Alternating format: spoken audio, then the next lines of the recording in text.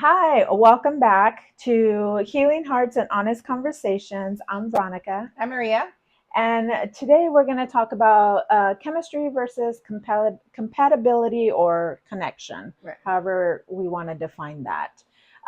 So, when I think it's safe to say, like when we're trying to find a partner versus any other type of relationship, right? Mm-hmm. So, I think we should we define chemistry and then the compatibility piece of it? Yeah, Okay.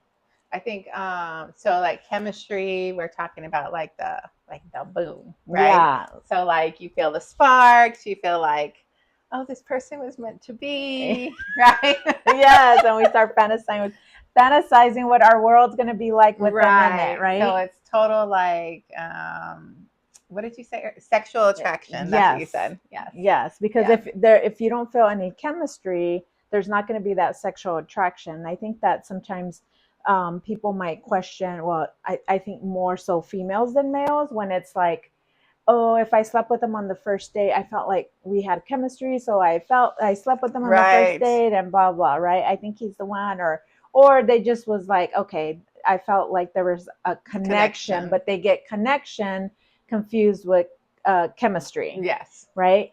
And I don't know if what depending on if you become intimate with the person on the first date, third date, or whatever, 3 6 months Mm-hmm. later, the hope is that there is some kind of chemistry, Obviously, yeah. right? Yeah. And then the compatibility part is whether or not you guys have anything in common, or is it just the sexual piece of it? Because that's kind of like the flame, right? Was Right. that what, or the spark? The Is that the spark is the spark? chemistry because Yes. it gets things going. It like ignites things, right? Yeah. Like you want to be around that person, Yeah. that kind of thing. And But I think what we seen was like what we read was like when you start getting the butterflies. yes, So, yes, and I also read somewhere like if you start to get butterflies when you're around someone, it's more anxiety in your gut. And I mean, we can agree or disagree with this mm-hmm. stuff, but it's more like the person, your intuition saying that something's not right about this person. But then when we're thinking about chemistry, are we getting that confused? So is that where the like you fall for the bad boy comes in? 'Cause they're bad for you, but you're still attracted to them. Right, and we're ignoring the intuition that's Mm-hmm. saying like, red flag, stop, Yes, stop. yes. I have heard that before that the butterflies are not necessarily a good sign because it is your whole body being thrown off balance. Yeah. Yeah. Yeah. And so, and I think that, again, men and women both have whatever their standards are or expectations when they go on a date and they're meeting somebody. And I think also too, sometimes we might have higher expectations. And like early on when we were talking about when we started dating out there, Yes. is Yes. like we had to like sit down and talk about like, okay, we gotta at least give them more than one date because there might be some nerves and some Right. awkwardness and not sure how to be on a Right. first date or whatever. And some of the people that we were seeing, and including ourselves, was like we're coming out of long-term relationships, Mm-hmm. and then it's like Mm-hmm. starting from scratch. Like we didn't know how to like date or what to say or what to do. Right. So we knew that, okay, if there was no chemistry, right, or connection, it could have been that we need to give them another chance, unless it's like super obvious, like no, not. Yeah. I think like when there was like something about their values that was Mhm. questioning, I didn't feel like I need to give this person another chance. Yeah. Yeah, Yeah. and But mine was. sometimes the nice guys, they were like, wah, wah. And those were the people that we probably should have given another chance to. Yes, because I feel like even when I was like in before I was in my long term relationship, that when I would talk to my guy friends, and there was some that would want to date me, but I'm like nah, because there were nice guys, and Mm-hmm. I felt like they were boring. They didn't give me any kind of excitement, but Right. it was more like I'm looking for chaos and drama. But Right. that's not what I'm saying. Like, hey, I want you to bring me drama. I want toxicity.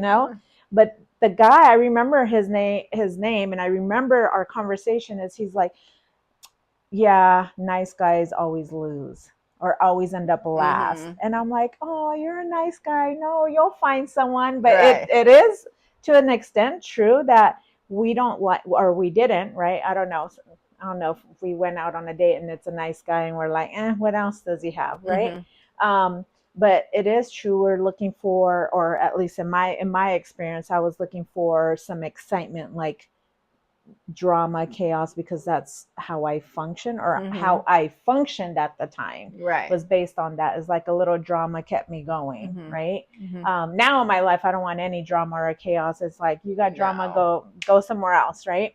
Mm-hmm. But yes, totally ignored all the butterflies and all that. It Mm-hmm. was more like, hey, my intuition saying like, oh, you got to think again about that one. And then as soon as I end up not dating them anymore, I'm like, God, I was so dumb. Why did I date them? They're a waste of my Right. time. They're a bunch of jerks or whatever, right? Right. But like Right. you said, there was those nice guys we dated that we probably should have gave a chance to. Mm-hmm.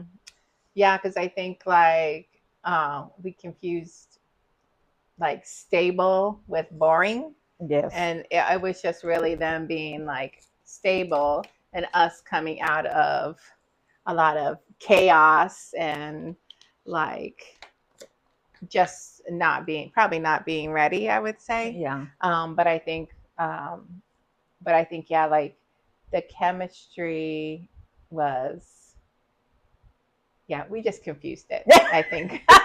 Yeah, totally Yeah. confused it, because what we were looking for was compatibility, like mutual respect, trust, somebody who's going to be stable, dependable, like Yeah. those kind of things, and just being able to like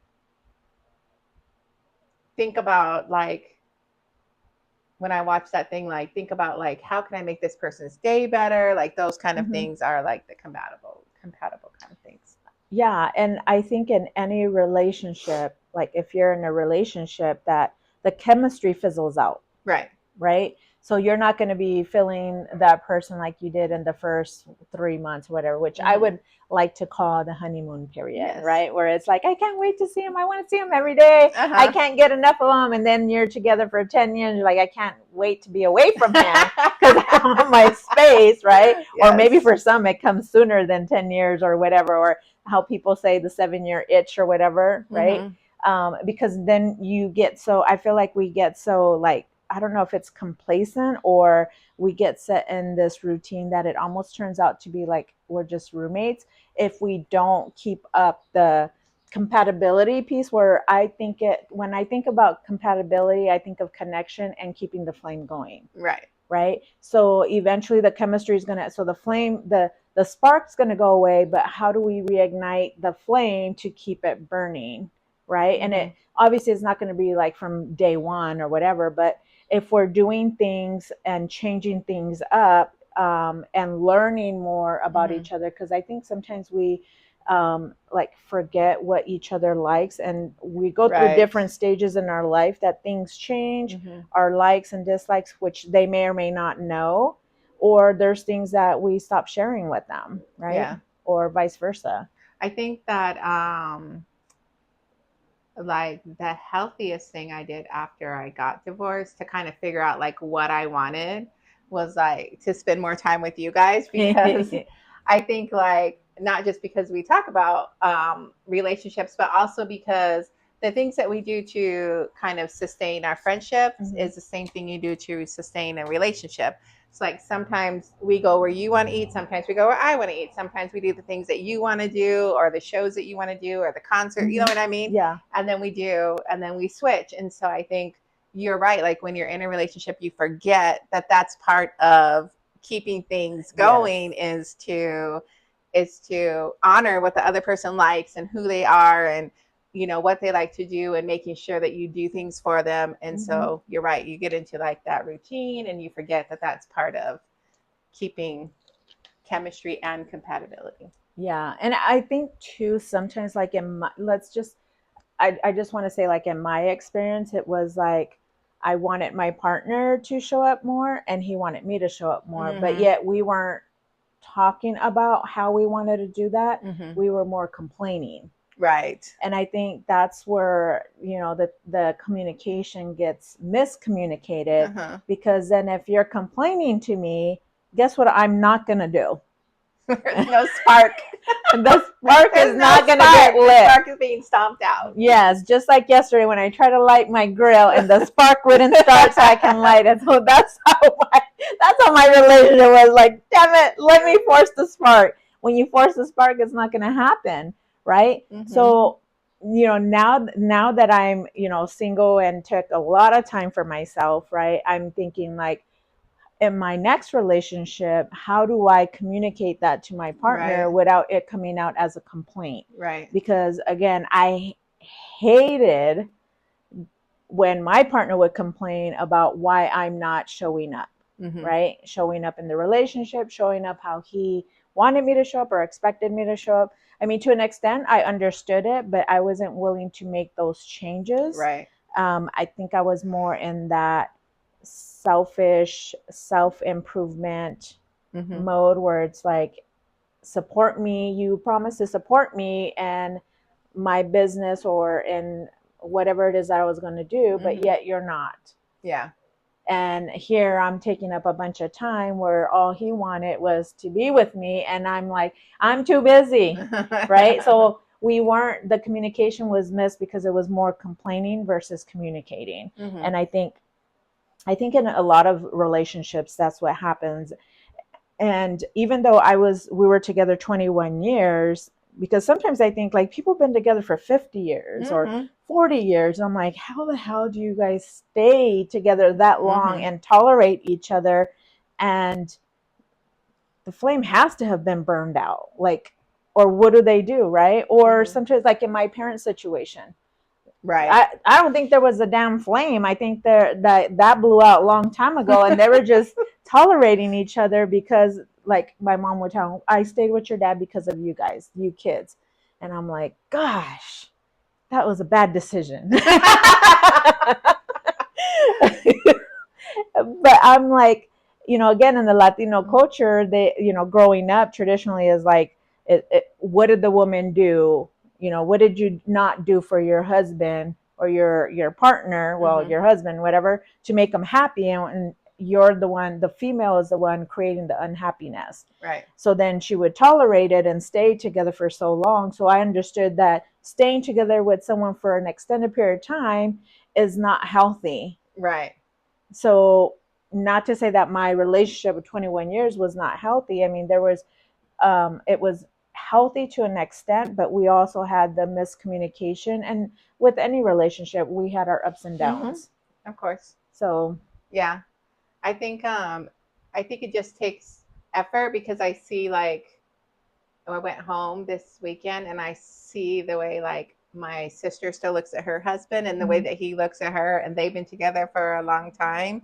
And but when they start joking or being flirtatious, it's like they're like 18 again. And so I think, like, it just takes work and a lot of talking, and I think someone wanting to be in it with you. Yeah, like, not just the good times, but be in the problem also with you, so you guys can figure it out together. Yeah.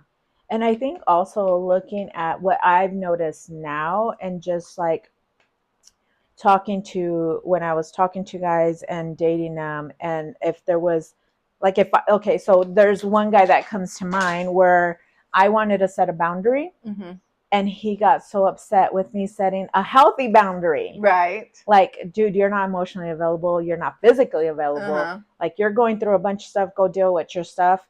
But then he wanted to argue why this happens to him. And I'm like, I don't care. Like, this was my boundary. We are not on the same page. And it was like, I don't even know why I entertained the conversation for a whole hour. But I felt like I was in a therapy session. But then a few days later, because I was like, all right, I already said what I had to say, and I'm just going to separate from this individual. And then it wasn't like maybe a week or two later that he reached out, and then we kind of chatted a little bit. And then he told me that when he had a conversation with his dad, that he realized that I hurt his feelings because I set that boundary. And I'm like, okay, I set a healthy boundary, but I hurt your feelings because I was rejecting him. But he didn't say that part. But I'm like, I know why I hurt your feelings, because you felt rejected. However, you could not show up for me the way I needed you to show up for Right. me. So therefore, I had to set that boundary. And I just don't want anybody. I'm just not, I might have been lonely, but I'm not going to settle. So Right. I can be lonely on my own and entertain myself in other ways, or Mm-hmm. do other things to help myself. Mm-hmm. I don't need to just go with someone because I'm feeling lonely. Does that make Right. sense? Yeah. Um, and so that's the other thing is like, when, how does that person handle conflict, or when you set a Right. healthy boundary? So for me, that was a super red flag Yes. and a total turn off. And I just started to like, we can just be friends, cool, whatever. But then I was like, I don't know if I want to even be your friend.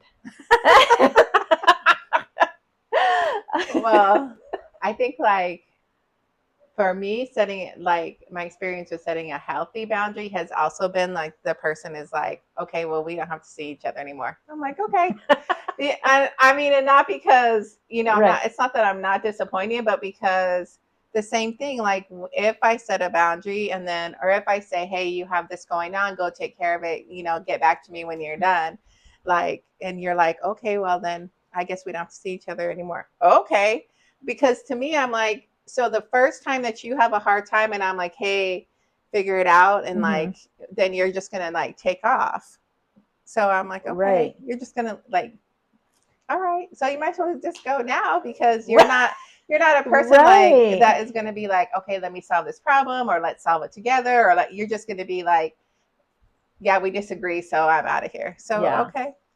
Yeah. And I think like it, I feel like it's now, I mean, we fail, we fail to talk about how we really feel. Right. And now that we're older, at least now that I'm older, because I'm still young, but I'm a little older, and I feel like I've matured a little bit more, and that I'm more open to sharing how I feel, even the negatives, because I'm always open to sharing all the positives, right? Right, of But it's course. the negatives that I would have struggle sharing. And so now when I share it and then I have this either pushback or a different reaction, Mm-hmm. then I'm just so turned off and I don't even want to give that person another chance, because like you were saying, like if he's going to take off every time you have conflict, well, he can go now, right? Right. And if this person is going to shut down and give me an argument on why I should do what he's wanting me to do, I don't need you to manipulate Mm-hmm. or convince me after I said something that I thought was totally reasonable and Mm-hmm. healthy. Right. Because if I was in the same situation as he was and he gave me that boundary, I would have respected and say, you know what, you're right. Let me deal with my stuff, and then when I'm done dealing with my stuff, and if I'm still interested and you're available, then we can reconnect. If Mm-hmm. not, then Right. Yeah. I don't know. I just don't. I don't. I yeah. tolerate less. I think that's what it is, that we are tolerating less, because I think, like I said, we matured more. And I guess I don't, to a certain extent, I don't want what I had in my previous relationship in Right. terms of what I created, Right. because whatever he created and I tolerated, that was my Mm-hmm. choice to stick with it or not, Mm-hmm. and vice versa, right? But I'm talking in terms of me and how I treated my partner and what I'm willing to do differently so that I can Yes. be present for my partner versus being dismissive and not being around when they're wanting to spend time with me, Mm-hmm. or how, rekindle that flame or connection versus just letting it fizzle out, and then we just become kind of complacent and like roommates. Yeah. In a perfect world. In a perfect world. But I think you said a really important thing, that you have to take responsibility for how you ended up there. Mm-hmm. So like whatever your part was. So if I want chemistry and compatibility, what do I have to do differently Mm-hmm. for me? Which could include setting boundaries, but also saying up front what are the things that I need and want, and Yeah. like being able to communicate that with somebody, because I think that's where you get like the where you feel safe with the person, you trust the person because you're sharing those things. But if you never share them, Right.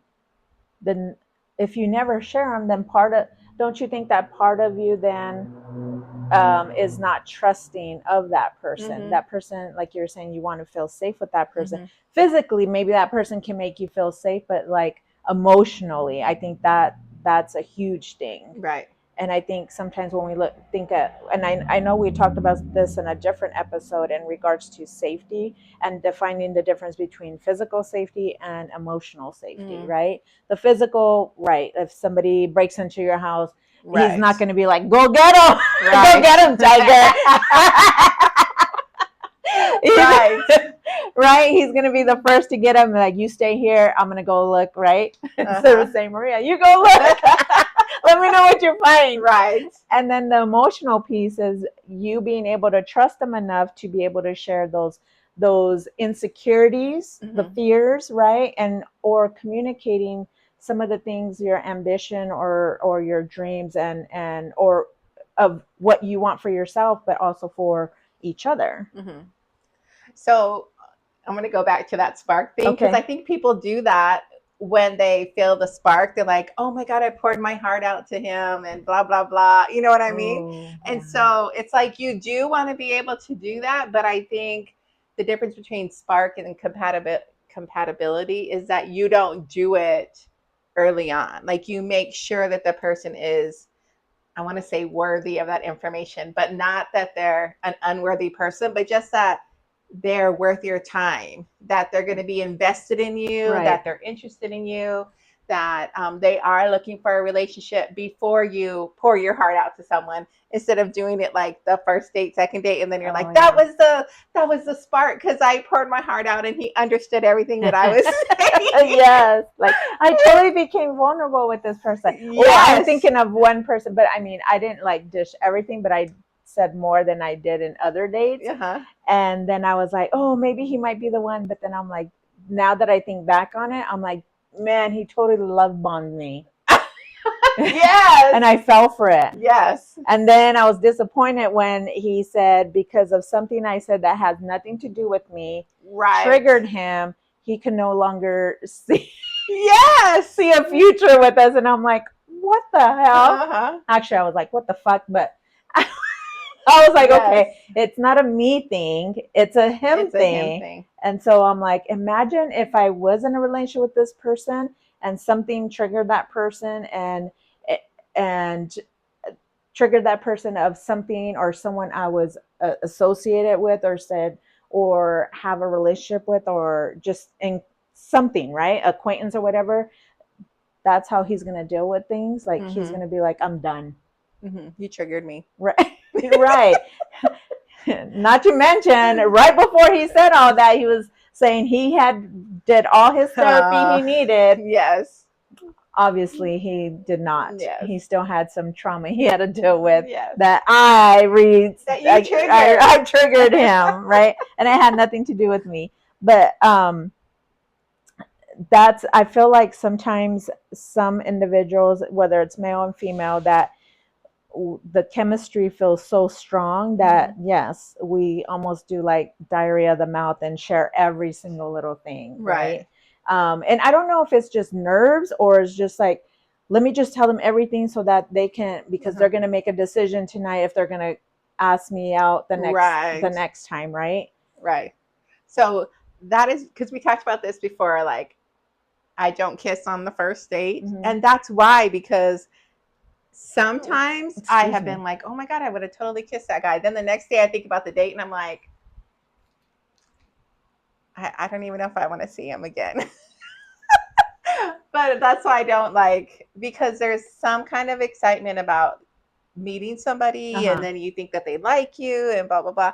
So there's like that whole excitement. And so then I feel like I don't want physical like stuff to happen because I don't want to get wrapped up in that. Okay, so just like getting to know them a little bit more before there's any kind of physical. Okay, I could see that. Yeah.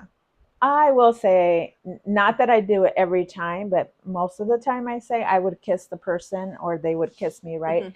Because if they're a bad kisser, and I know we talked a little bit about at dinner, but I'm like, if they're a bad kisser, it's like, oh God, what a turn off. Really? Yeah, but not I that thought you that said can you be. could like teach them. What do you like? Yeah, but if they're, I guess that means I would have to go on more than one date. Yes. Okay, I would not go on more than one date if they had bad hygiene and it's like, right? Okay, yes. Or if they were a cigarette smoker. Yes, you talked about Ugh, that too. Yes. that's a hard pass there. Yes. He could have everything because, He could be totally compatible. yes, and then he has that because that's what Anakani had asked me. Okay, what if this person Right. has everything you want, but the only thing that you don't like is that he smokes cigarettes? I'm like, I can't do it. I just cannot do it. It's something about the. Okay, well, one, it reminds me of my dad. Right. Two, I just think it's so disgusting. And I've kissed someone when I was a teenager who was smoked cigarettes, and it was so gross to me. And like, I don't smoke cigarettes, so I don't like the smell people have because then they can't smell it on themselves. But we can smell it. But we can smell it because we don't smoke. Yeah. So no spark for you, cigarette smoker. No. That's more like rock it out. Oh my goodness. Okay. So I think, different, like, how I had started earlier is like, it's not a bad thing or like the best thing if someone decides to be intimate with someone on the first day or second or whatever, right? Because each person might have their own standards or expectations. Right. Like, oh, if there's a spark and there's chemistry and they think they have a connection, right? Because we get that confused, is then they may decide to sleep with that person on the first date, right? But then as time goes by, there's really no compatibility, right? It was just that sexual attraction that happened, but everything else after that didn't really fit in. And so, like, that's why I don't mind kissing on the first date. Because when I want to see if they're a good kisser and if I'm willing to, I mean, like, if we had a bad date, there ain't no way I'm kissing you. Okay. And don't even attempt to come my way, because you start leaning in, I'm leaning back. And I'm like, no, thank you. You just turn your cheek. Yeah, I think I got the symptoms of COVID right now. But I think, again, I think that sometimes we get the impression, I guess depends on how we look at it, right? Like, do we want, because I do totally respect the way you're thinking in terms of, I don't want to become intimate with someone right away, because I want to know if there's compatibility. Because if I already feel some chemistry, I don't want to go full on. I want to see if there's anything else that would work, to see, like, is there a future for this? Am I even going to invest any time in that? And then you have the times where it's just like, I need to fulfill a need, and the chemistry is there. So okay. Yes, and it's like with the result, right? Yeah. And I'm okay if I don't talk to you the next day. Just right? Yes. Because I know men think that way too. Because the men that I have talked to, granted, not the ones that, well, some that I've been intimate with, and a lot of them that I have not, will say, like, that's what they're looking for. It's just somebody to fulfill a need, and then they didn't care to date the person. Right. Or they would say on the, like, let's say on the dating apps, that's what they wanted. Even though their thing would say looking for a relationship. Yeah, no. And then when you start talking to them, they're like, oh, I just really want to, have sex with somebody, right? Well, and then I think, okay, well, they're being honest, and I can either say yes or no. Yes. And then I'll be like, oh, okay, well, false advertisement, dude. You put that you wanted a relationship. Why don't you put that in there? Right? Yes. But it was like, you already started off by lying. Right. Right. And then now you're telling me this is what you want. So yeah, it was almost like I threw out the bait, you bit, and then now I'm going to tell you what I really want. Because now it's like I only caught a little goldfish instead of the bass. Yeah. No. So I guess, like, what we want to just encourage is that if you have the chemistry, if you feel chemistry or the spark with the person, Mm-hmm. are you willing to meet that person more than just one time if you're just starting the date, Mm-hmm. to see if there's any compatibility, or even with your, let's say you're currently with a partner, has the flame burned out, and how do you, are you even making an attempt or communicating like you want to reconnect with them Mm-hmm. or see what the new compatibility is? Yeah. And remembering that communicating is not just you, like, yes, I told him what I wanted. Yeah. It's also about you. Have you listened to what they want? You know, when you said I told him, because my ex used to say, "Yeah, you told me," like because he made it seem more like I'm demanding something versus communicating and Asking. asking, Mm-hmm. which that was true. Like, Yes. you know, a Uh-huh. lot of times it was very true because I'm like, well, I told you. And then he's like, yeah, you told me. Uh-huh. So it's like I'm demanding, but then I didn't want him to demand anything from Right. me.